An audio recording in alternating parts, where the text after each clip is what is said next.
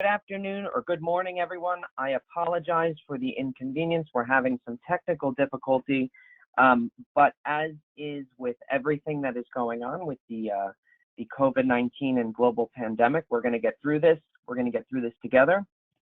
Today was supposed to be an awesome presentation with Dan Randall and Glenda Gunning, who Dan Randall is our Community Investment Officer, and Glenda Gunning is our senior analyst on the First Home Club and Homebuyer Dream Program. Due to some technical difficulty, we're going to do what I'd like to call an audible, and I'm just going to kind of take over and I'm going to walk us through the Homebuyer Dream Program. For those of you who don't know who I am, my name is Stephen Cohen. I have been with the Federal Home Loan Bank of New York for what is coming up on 6 years now. I have most likely met most of the attendees on the call, and through my various road shows and various webinars and all kinds of fun things, right? And in today's presentation, we're going to walk you through what it is that you need to do in order to get ready for this round if you haven't already. So we're going to talk about some of the installments of the funds, some recent member questions that we've gotten due to not only the COVID-19 pandemic, but also to just round preparation. I am going to ask that if you have any questions, please feel free to just shoot them in through the questions functionality that you'll find in the actual webinar, GoToWebinar chat that you can find on the dashboard. Due to the technical problems that we were having or whatever, we won't be answering them during the presentation, but I promise you, if you send in a question, we will definitely answer it immediately after the presentation so that we can cater to everyone's questions. Again, I apologize for the technical difficulty and for the wait, and with that, I'm going to move on to the 2020 Homebuyer Dream Program webinar. So,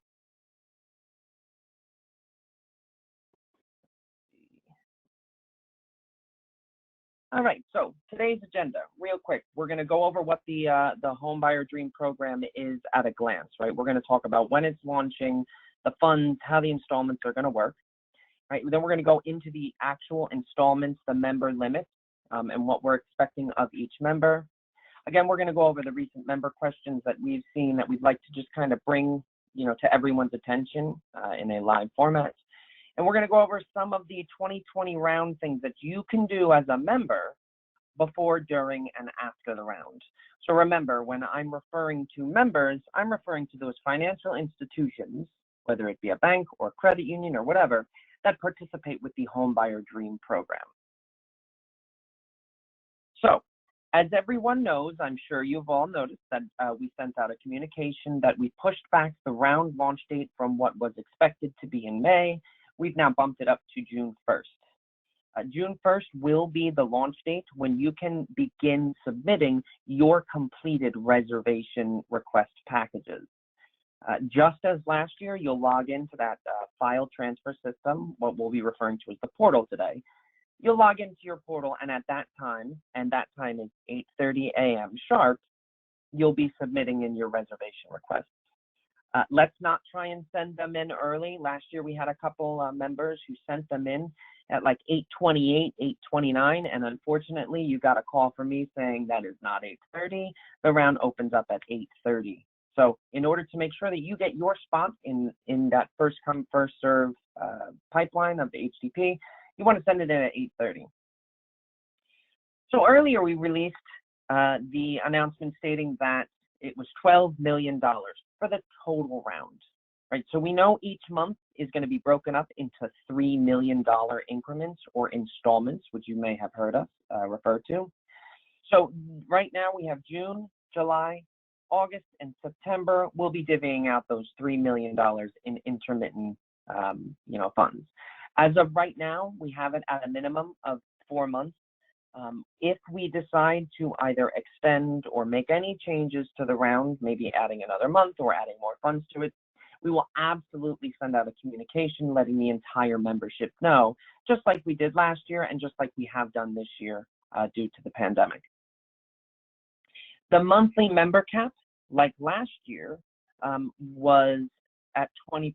We have reduced it this year to 15%. However, the overall program funds went up. So the monthly member cap has actually gone up to $450,000, and that's at a monthly increment, meaning that any one member who is submitting in reservation requests can only submit in $450,000 worth of reservation requests in any one given month. Right, so if you are looking at sending in the total grant amount of $15,000, which is the maximum Homebuyer Dream Program subsidy amount that we offer, this equates to about 30 households in that month. Right, but if you cut it in half and you did, let's say, $7,500 to each grant, right? Because it's up to $15,000. You can literally double that and achieve 60 households, right? So we leave that entirely up to the membership to determine how you want to cater your grant or this grant to your district. And a difference from last year is that this year the member cap will be based on the reservations that you submit. Last year we had it based on commitments. This year, as soon as you send in that reservation, let's say it's for $15,000, your $450,000 member cap will subsequently drop to $435,000. So you really want to properly vet your households. Make sure that when you are sitting with whoever is in front of you, that they are a true fit for this program. So just to go over the actual installments of the funds in more of a visual, I'm more of a visual person, so I'd like to, kind of break this out. On the top, you see you've got your 2020 HDP program funds, which comes to $12 million in total. The first month, which is June 1st, which again, at 8:30 in the morning, we will be releasing $3 million. And that $3 million is only specific for the month of June until we either run out of those funds or we get into the next month. And again, it filters down into that 15% member limit of $450,000. When funds do run out, let's say we run out June 23rd, hypothetically. At that point, we will be sending out a communication to the entire membership, letting them know that we have exhausted funds for this first installment, and you can look to the next installment, which in this case would be July 1st, which we would be releasing another $3 million into the round. And this pattern will repeat itself all the way through September 1st when we send out our final installment of $3 million. It is important, I just kind of want to touch on here, that the $450,000 is specific to that month. So if you only use in the first installment, if you only use $200,000 of your member limit, and you have $250,000 left of the member limit in the month of June, it will not roll over into July. So they are not accumulative. Stephen? Yes, Glenda, how are you? Hi, good morning. Good morning, everyone. Stephen, you have help. I'm here when you're ready for me. Awesome. Well, can you see the screen and would you like to take over? I can definitely do that. Good morning, everyone. This is Glenda Gunning. We had some technical difficulty, and I apologize for that, but I am in and I'm ready to walk us through. This morning's presentation is coming to you from the theme of before, during, and after the round. So Stephen walked you through the numbers. We definitely have some good information for you as you prepare for the round. Stephen is the driver. We're going to get through this. I heard him say that earlier, so let's begin. Okay, you want me to, shall I continue, Glenda? And then, or do you Please. Want to take over from here? Okay. I can't. I'm sorry? I can't. So if you can, please. Okay, sure. So preparation for round. Right, so we had, as everyone had, a plethora of questions, right? These questions outside of the pandemic, right? These were very specific questions that we had in regards to preparing for the round, right? And while some did have, were easy answers, some of them we wanted to bring out to everyone in this live webinar format so that everyone can be familiar and there's no confusion when this round opens up. So, preparing for the round. We got a lot of Stephen, questions. I can take that. Oh, I can go ahead and take that if you describe the slides. So everyone, preparing for the round. We received a whole lot of questions, as Stephen said. I was the one that was driving those incoming questions, and I thought that it would be a really good way to share them, because over the next 2 weeks, you're probably going to be faced with similar questions. So one of the questions that came in said to the HDP team, how do we feel about photos of pay stubs? We want to confirm that photos of pay stubs are acceptable, but you really want to be careful with this one.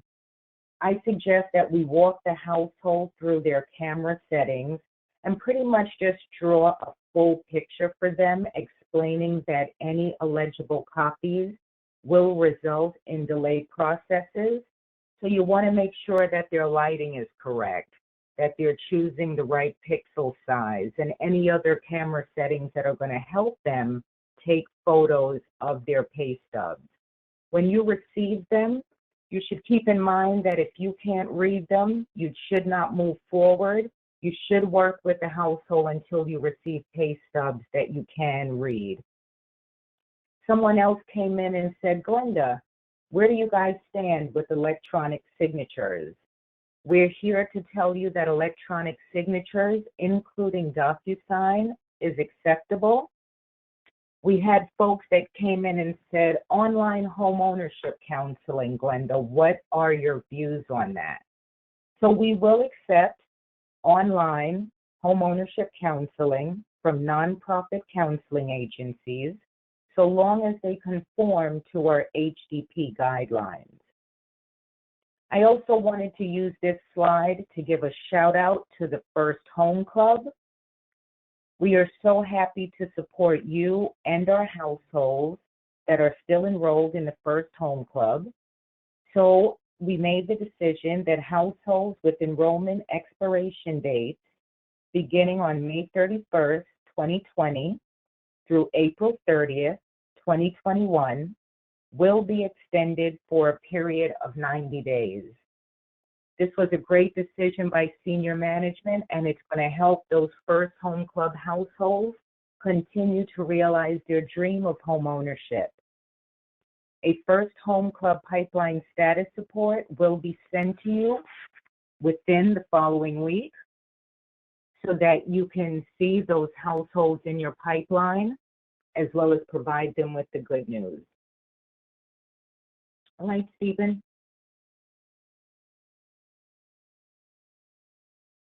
So we're going to prepare for the round. And as you can see, it's members preparation because it begins and ends with you. So let's move on to the details. So each of you have 3 authorized individuals that are responsible for your portal submissions. These are the only individuals that can execute the HDP request form. So to give you a visual of what I'm speaking of, as you sit with households and you open the HDP request form from our website, as you continue with that intake and determine their eligibility, if you are not one of the 3 authorized users in the company, you will have to provide this information to the user. Any HDP requests that we received that are executed by individuals other than your 3 member-designated authorized individuals will result in return files. I've been following up with all of the users for all of our participating members, and as of this morning, we have 16 users from various institutions that have not submitted test files.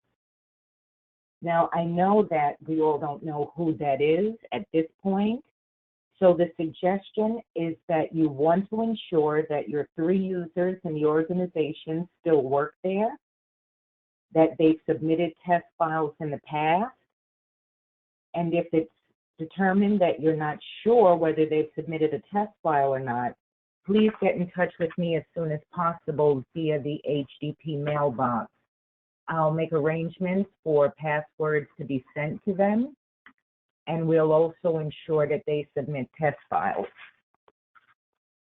The other thing you want to do before the round as you prepare for June 1st is take advantage, if you haven't done so already, to create and confirm a group email as part of your primary contact details.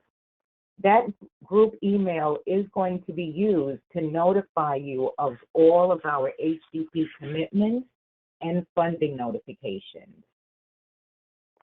As you continue to get ready, we strongly suggest that every time that you sit with a household, that you open up a brand new Homebuyer Dream Program request form directly from our website. If you save a copy of that form on your desktop, it will corrupt the file, and the data within the file will not be uploaded into our systems, which will cause a delay on June 1st. That's an excellent point, Glenda. And I just wanted to touch on that as well. As Glenda had mentioned, you want to pull a fresh one off the website. If you do have one saved on your desktop that, let's say, is from last year's round, our systems are going to be smart enough to know that it's from last year's round, and it's not going to allow it to go through. So just as Glenda had mentioned, I just kind of want to reiterate that you don't want to save anything on your desktop when it comes to that Homebuyer Dream Program request form. You definitely want to pull a fresh one off the website. So let's slide over to the next page for you, Glenda. Thanks, Stephen. Mm-hmm. So this slide, we received a lot of good feedback during the roadshow this year. We decided that the best way in order to do well in 2020 was definitely to take a look at 2019 and take a look at those HDP reservations that were not complete. So in 2019, we received over 700 Homebuyer Dream requests, packages, and of those 700, 11% of the reservation requests that were reviewed were incomplete. And so we're going to stay here for the next few minutes because we're definitely going to get better in 2020. We look forward to reporting a much better number, a much lower number during next year's roadshow. But for right now, in order to do well in the present, we're going to have to learn from the past. So Stephen did a really good job of breaking this down for us. Of that 11%, 44% of those items that were returned for missing documents. In 2020, we are not going to pend or condition files that were received with missing documentation.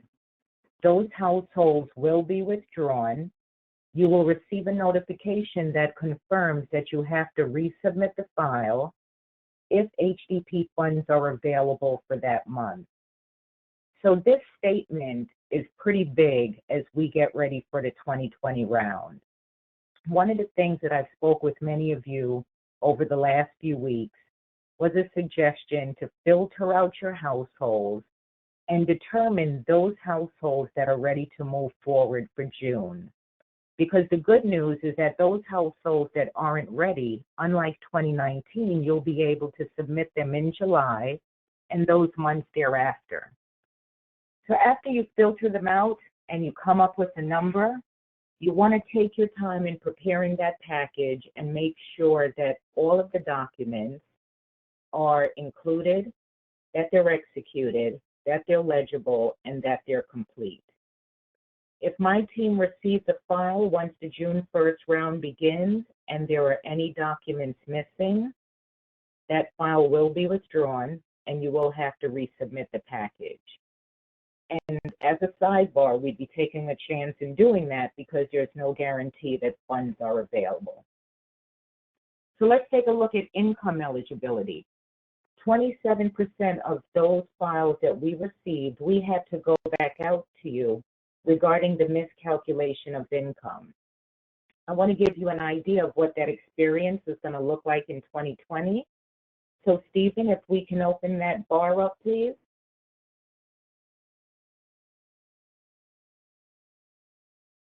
So in 2020, if we receive a file with miscalculation of income, you will receive an email from us. In this example, we're going to take a look at Kermit the Frog submission.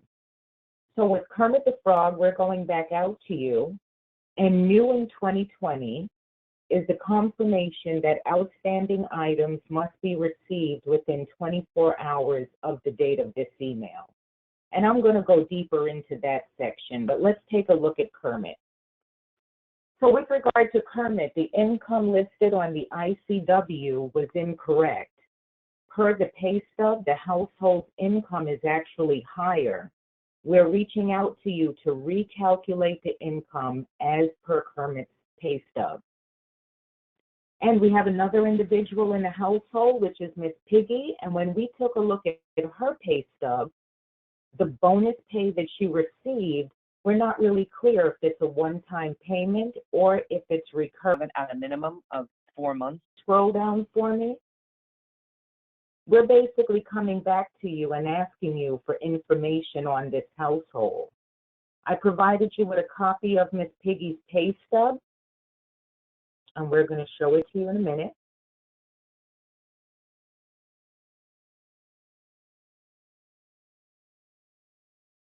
Stephen, it's under the email. So if you take a look at the pay stub, one of the things that's really important during the intake process is we have to do a better job at analyzing pay stubs. So not every pay stub is going to be super simple where it's Glenda Gunning, she works 40 hours a week, and she makes $750. You're going to be reviewing pay stubs where there are line items that need to be understood. A dialogue needs to occur with the household because you need to determine if there are any line items that should be backed out of the year-to-date earnings or if they would remain. So with the example of Kermit and Miss Piggy, when we took a look at the pay stub, we were not able to determine the line items, and it appeared that the total earnings was used when possibly some items should be backed out. So again, we're going to reach out to you.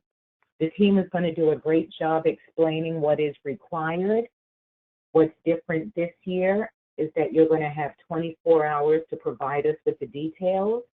After 24 hours, the file will be withdrawn, and you will need to resubmit a new request as long as HDP funds are available. Thanks, Stephen.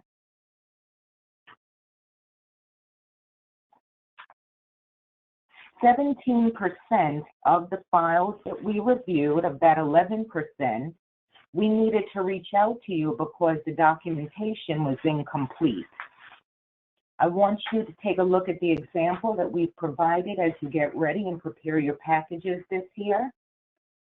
So we're going to reach out to you regarding the Mickey Mouse household. And as we scroll through the email, we're letting you know that you have 24 hours from the date of this email to provide us with outstanding items. In the case with Mickey Mouse, the zero income certification form that we received has sections that were not completed, so we need you to update it. The HDP Homebuyer certification that we received was not signed by the co-borrower. And because you had adults over 18 living in the home with zero income, those adults were not included in the income calculation worksheet. And so to give you a visual, Stephen, if you can scroll down for me. So here is the zero income certification. The individual's name is Mickey Mouse, and we have his address. He's looking fine on top. But as you scroll down, the certification is blank. There aren't any dates to verify what time frames we're looking at. and the section that he should have checked all that applied was missing.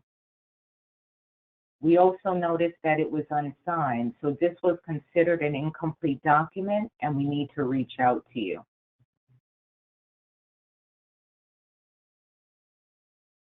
As you take a look at the home buyer certification, we see that there's a borrower and a co-borrower, Mickey and Minnie. It looks like we did a good job on page 1 in terms of the certification, but let's take a look at page 2. So Mickey signed the form, but we do not have a signature for the co-borrower. This is an incomplete document. And if we scroll down a little more, we're going to give you an idea of where this information should appear on the income calculation worksheet. So if you take a look at section G, we created it for those zero income earning adults.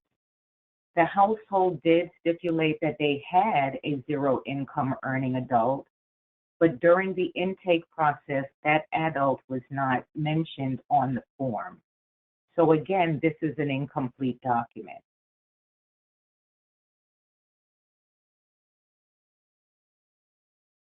Thanks, Stephen. 6% of the returns that we had were as a result of illegible documentation.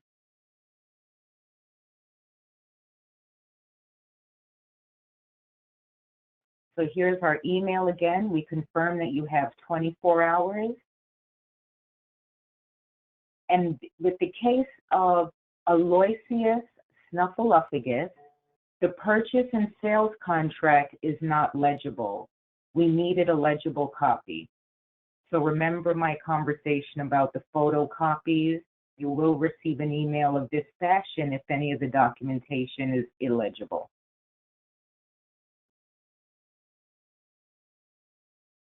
Here is the purchase and sales contract that we received.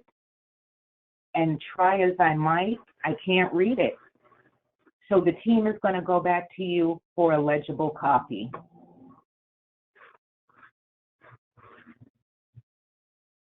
Thank you, Stephen. And we compiled all of the other items in other, which made up for 5%.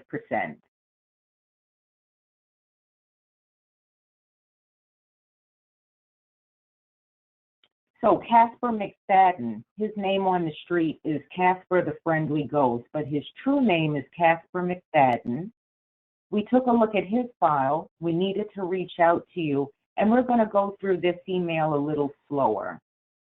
So you guys have 24 hours to provide us with the outstanding documentation. The employer on the pay stub that we received is not the employer listed on the income calculation worksheet. So we need a letter of explanation, or we need a revised worksheet. In this example, I have no idea if this well, can you see the screen, and would you like the case, or if perhaps we used a worksheet from another household. So in order for us to move forward, we need a letter of explanation, or if it's determined that it's an error, we need a revised worksheet. I want to go a little slower in this email because, as with all of the emails that we looked at, the outstanding items must be submitted via the HDP request form. In this instance, you're going to select the other option, and it does need to be sent via the online portal in a zipped file. So if we reach out to you for other documentation, you're sending me two things in this instance. You're going to send me a copy of the request form in Excel format, and you'll provide me with a letter of explanation in a PDF file, should that be the case. We go on to tell you that we are going to expire this if we do not receive it, and that you will need to send us a new one. We also confirm that this communication is not an obligation. We're not promising you that Casper the Friendly Ghost is going to be committed. We're simply reaching out to you for additional documents. When we receive them, We will review them, and if it's determined that he's eligible, you will receive notification of such. So here is a copy of the pay stub that we received for Casper, and as you can see, the employer is Cortland Regional Medical Center.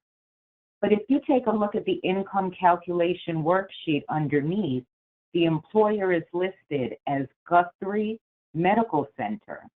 Two very different employers, and there is no way that we could move forward with the review. So going back to my comments a little earlier as it relates to filtering out your household, we know that you're going to love the fact that we've extended the round over a period of 4 months. On this end, it's definitely going to allow you to slow down the pace and ensure that the documents that you send us match, with the hope of us reviewing the file and not getting back to you at all until we're ready to commit. Because I happen to know that that's why you're sitting here today. You want to know the secrets to submitting your household and getting them approved. Thanks, Stephen. That was excellent, Glenda. I just kind of want to touch on this 11% that you had mentioned. So if 11% of the reservation requests that we reviewed in 2019 were incomplete, if you flip that, right, that means that 89% of the reservation requests that came in through our door and we reviewed all went through without a hitch, right? So these were clean files. They went through and they got their commitment. And I just want to thank everyone on the phone for doing such an awesome job in 2019. 89% is as a pull-through rate, with us just doing our job and not needing to reach back out for any, missing items or clarifications, is awesome. So I want to definitely thank the audience. Also, I want to thank Glenda for teaching me that Casper McFadden is Casper the Ghost. I did not know that. You're welcome. Thank you. And then when taking a look at these, right, so Glenda mentioned the 44%. If it's missing a documentation, we're not going to be accepting it, right? We've limited and streamlined this program to limit so few documents, or require so few documents, as compared to what First Home Club was. I just want to touch on that. If for some reason we do reach out to you for, let's say, example, the pay stub is a little blurry, right? If we reach out to you, at any point in time, you need to send something back to us to supplement that original reservation request. You're always going to pull a fresh form off the website, but this time you're going to select other documentation, right? You don't want to choose new full picture, because this wouldn't be a new reservation request, right? This would be an other documentation request to supplement that original one you sent in less than 24 hours ago, right? And if we did 11%, my goal is next year when we sit down and we do this webinar, or hopefully do the road show again next year, we're lowering it to 11%. I'm shooting for a nice 5% from everybody. But the key thing in all of this, I think Glenda touched on it, is just know your household. If Kermit the Frog is sitting in front of you, that would be the time you want to ask any questions that you have. So you want to know your household so that you don't have to continually reach out, because remember, only 24 hours. So I'm going to move forward. So now that we've taken a look at before the round, as we move on with our before, during, and after theme, we're going to dive into during the round. It's June 1st, and we're going to take a look at the submission of reservation requests. So let's take a look at the HDP request form. This is a document that needs to be maintained in Excel format. And as Stephen just pointed out, depending on the radio button that you choose on the landing page, the form is going to change to suit that request. So we're talking about the submission of reservation requests. In this example, This is a brand new household reservation request. I want to also point out that as you move through this household in the various phases, if we come back to you and ask you, Stephen just touched on it, you would open up this form, and on the landing page, you would choose Other Documentation. Casper McFadden is already in our system. If you choose a new reservation request, the file is going to kick out because it's going to read him as a duplicate. So we're going to move forward with this portion of the review as a new reservation request. When you go into the form, we have a section that walks you through the percentages of that reservation request. You want to make sure that as you navigate through the various categories, that you are at 100% completion.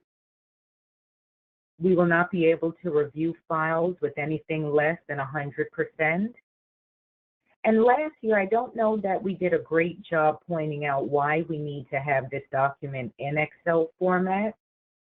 All of the data will be uploaded into our systems internally via that Excel format. If we receive it in a PDF file, the data for Casper will not go into the system, and actually the file is going to reject. It won't even enter our system.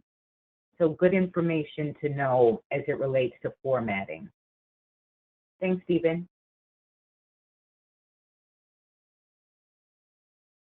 So again, June 1st, during the submission of your reservation request, the documents must be in a zipped format. All documents must be in PDF, with the exception of that HDP request form. If you take a look at the right, your package should include any and all sources of income, a fully executed purchase and sales contract, homeownership counseling certifications, the household executed homebuyer certification, and the HDP reservation request form. Now, the reason we're pointing this out, and Stephen said it a few minutes ago, I just want to expand on it, is that last year we received many files where you guys thought you were helping us out by providing tax returns, or thought it would help us get a bigger picture. So we're not calling anyone out during this morning's webinar, but we do ask for no heroes and no bright ideas. We just ask that you provide us with those documents that are required. The HDP request form must be executed by authorized users, and we covered that. And again, submission of the file to our secure system does not equate with the establishment or obligation of any grant funds. Thanks, Stephen. So we're still during the round. We're a couple of days or weeks into it. And based on last year's experience, I felt that it would be extremely helpful to point out the various communications that you're going to receive. Communications will be sent to you via our transfer portal as well as email. And I want to take a minute to take a look at those communications that are coming into you via the portal. So because it's coming into the portal, I am reminding you that your authorized users will receive these communications from the Federal Home Loan Bank of New York. The primary user will receive information on funds availability, which includes a snapshot of the program's monthly installments, as well as any remaining program funds. The primary user is also going to receive the pipeline status reports, and all of your users will receive notifications of downloads available. So a few comments on this. If you are one of the designated users, but not the individual in the organization that's monitoring this, it is the responsibility of the primary user or the remaining two users, which will also have access to the folder, to forward the communication of funds availability throughout your organization. That way it ensures that you are on the same page with where we are as a program as it relates to monthly installments, as well as remaining program funds throughout the round. The pipeline status reports, which you will see in a couple of slides from here, why it is such an invaluable tool. As the primary user, if it doesn't mean much for you, or you know that there are other individuals internally that need to see this, you need to forward it to them. This pipeline status report is going to provide a snapshot of where your households are throughout the process, including, in my opinion, one of the most important pieces of information, which is the expiration date for each household. Now, if you're sitting with us this morning and you've ever received notifications of downloads available, they were those pesky emails that everyone received on a monthly basis last year, and we received a lot of emails, a lot of phone calls about them. I have some information for you. Those downloads are deleted on a quarterly basis, but in order to not see them or not receive that email every month, as soon as you've downloaded the file, if you go ahead and delete it out of your folder, you will not receive those notifications of download available via email. Now, the bad news is you and I won't talk as much, but the good news is that you will not continue to receive them. So as soon as you receive your pipeline status report or any other forms of communication from us and you've downloaded them, just delete them out of the folder.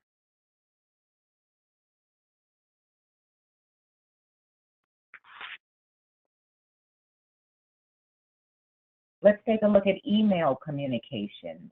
So we're also going to communicate to you via email, and I'm going to go through what those authorized users will receive from us. Via email, you're going to receive a notification of a successful or a failed upload during the file transmission. So if Casper McFadden was successfully uploaded, you're going to receive an email. If for some reason it was a failed submission, you will also receive notification of that as well. Any outstanding items for reservation and funding requests will be sent via email. You definitely want to monitor your inbox during the round because, again, we're talking 24 hours to provide us with these outstanding details.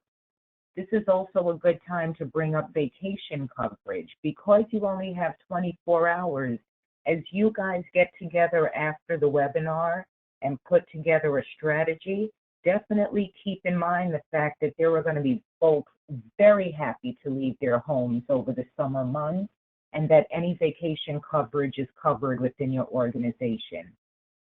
Via email, you will also receive notifications regarding commitments and fundings of HDP households. We're going to email you when HDP funds have been exhausted. And we're also going to contact you over the course of the year after the round is over. And as we continue to evolve as a program, we are definitely going to keep you in the loop by sending you any communications via email. Thank you, Stephen.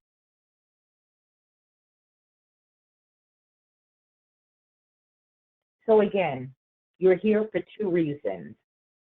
The intent was for you to say, Glenda, what do I need to know to get these households in the door and keep them there? What can I do to avoid hearing from you? I want to do the right thing. I want to ensure the household was committed. Hopefully we've done that with the first portion of the webinar. And now we're going to take a look at the second question you have for me, which is, Glenda, this was great. My household was committed. I want to make sure that I'm reimbursed for the funds that I put out. So we're going to take a look at after the round.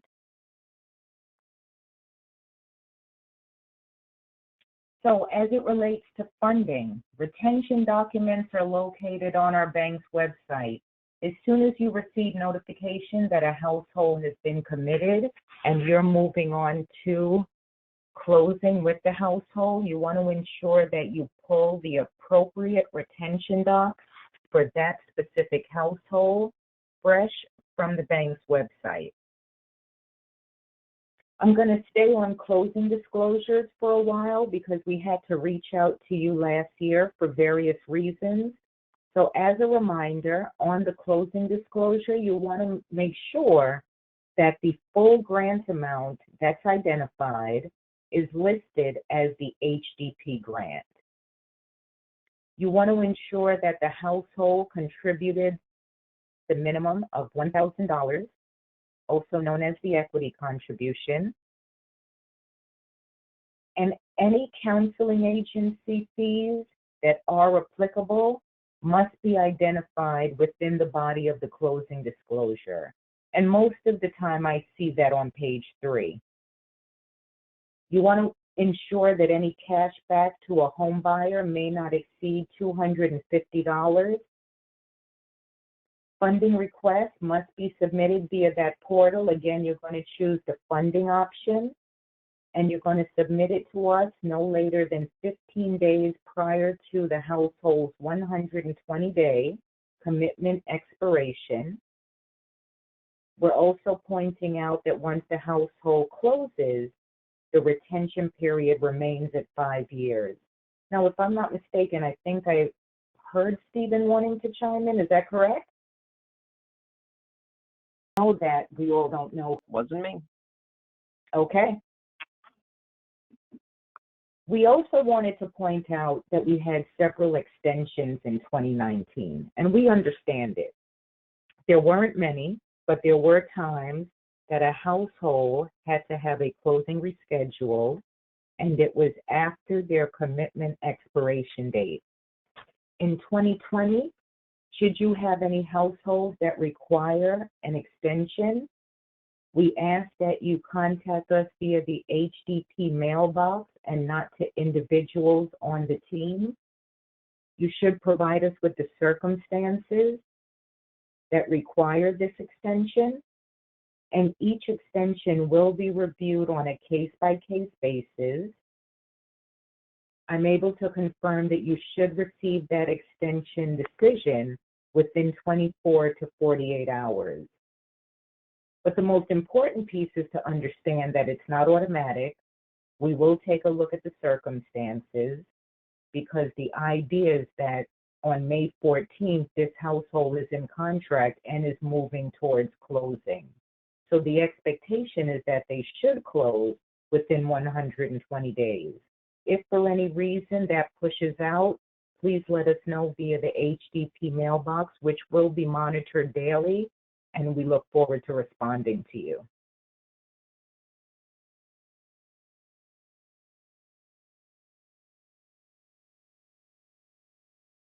So Stephen, I believe you made some comments about Q&A at the beginning. Yes, I did. So when Glenda, when you hopped back in, thank you very much. When you hopped back in, I was able to pay attention to a lot of the questions that have come in through the chat functionality in the webinar. Some questions have been awesome, so thank you very much. One question that I'd kind of like to put out on the floor for everyone, I'd like to direct to you, Glenda, and it's a scenario question.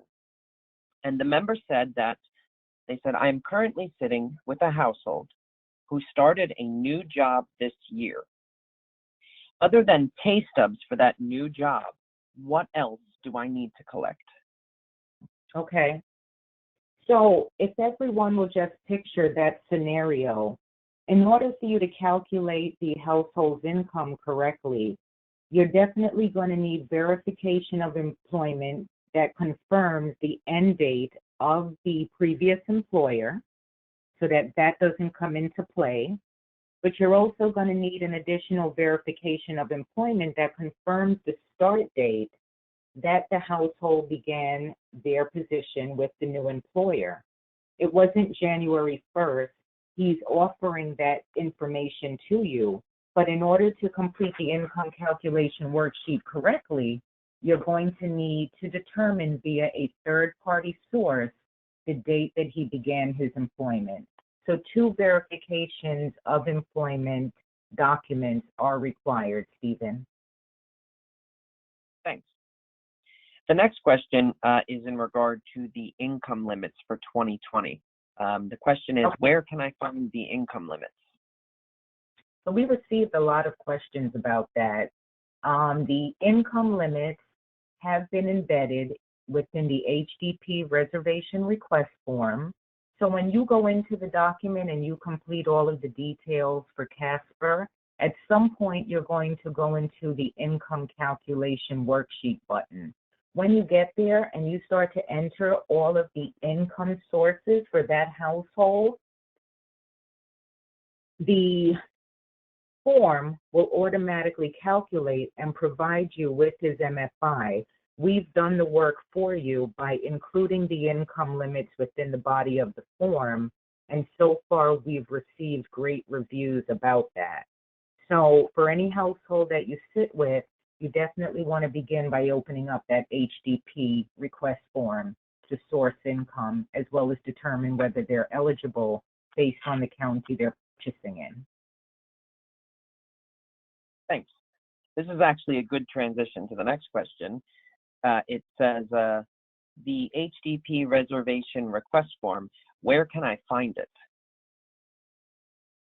Oh, that's an easy one. That HDP request form is located today on our website, as well as our other forms and documentation, including our guidelines. I like the plug for the guidelines. I like it.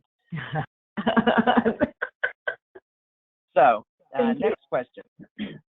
It says, from a member says, please help. I am an authorized user, but don't remember my password for the portal. What do I do?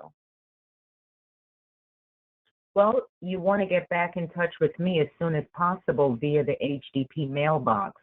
I will definitely make arrangements for a password to be sent to you. In addition, it was in very early on during our presentation. If it's determined that you've not only forgotten your password, but that you're one of the 16 users identified as not sending us a test file, then we'll also walk you through the process for doing that as well.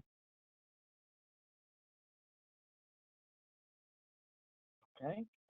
And the last question I'd like to, I think I will answer, and it says, what happens if a reservation request is submitted, but no funds are left in that monthly installment?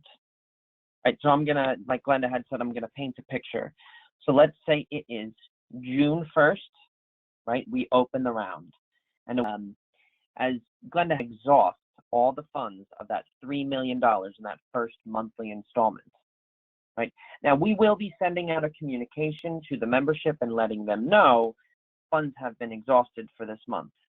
But if either you send it in because you mistakenly did not see it, or the emails happen to cross one another, because this is a possibility, if that does occur, you will then be contacted by someone from the bank, most likely myself or Glenda, and we will be letting you know that the funds have been exhausted and that your reservation request did not get put into our system. So we will not be holding on to that reservation request. There's no like waiting list.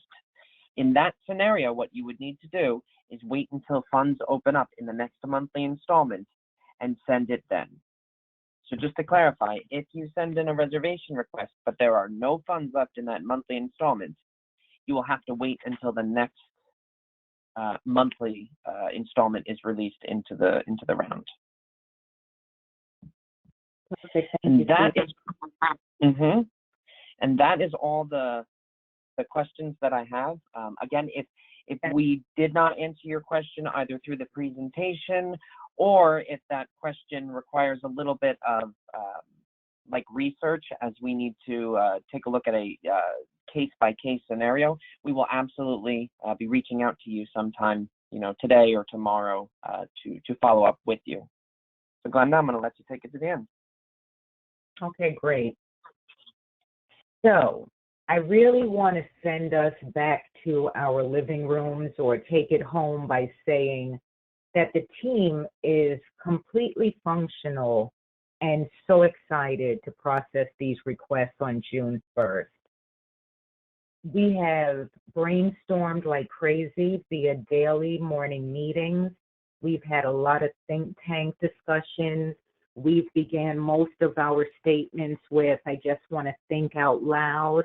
Holly has led the team in putting together a group that is really looking forward to working with households who are able to complete purchasing their home in such an unprecedented time. And so we all know what our responsibility is. We know that it's to support you and to get these folks to the bottom line. We are ready to go. I am so completely excited. I can't imagine purchasing a home at this time, but I'm very excited for those people that are able to do so. So if there are any questions that you find were not covered as you want to get yourself ready in the next 2 weeks, please, please, please reach out to us via the Homebuyer Dream mailbox. I will be speaking with all of you and walking you through those questions, as well as any pointers, or if we need to have a think tank together and figure out the best way to manage it within your organization, we are available to do so.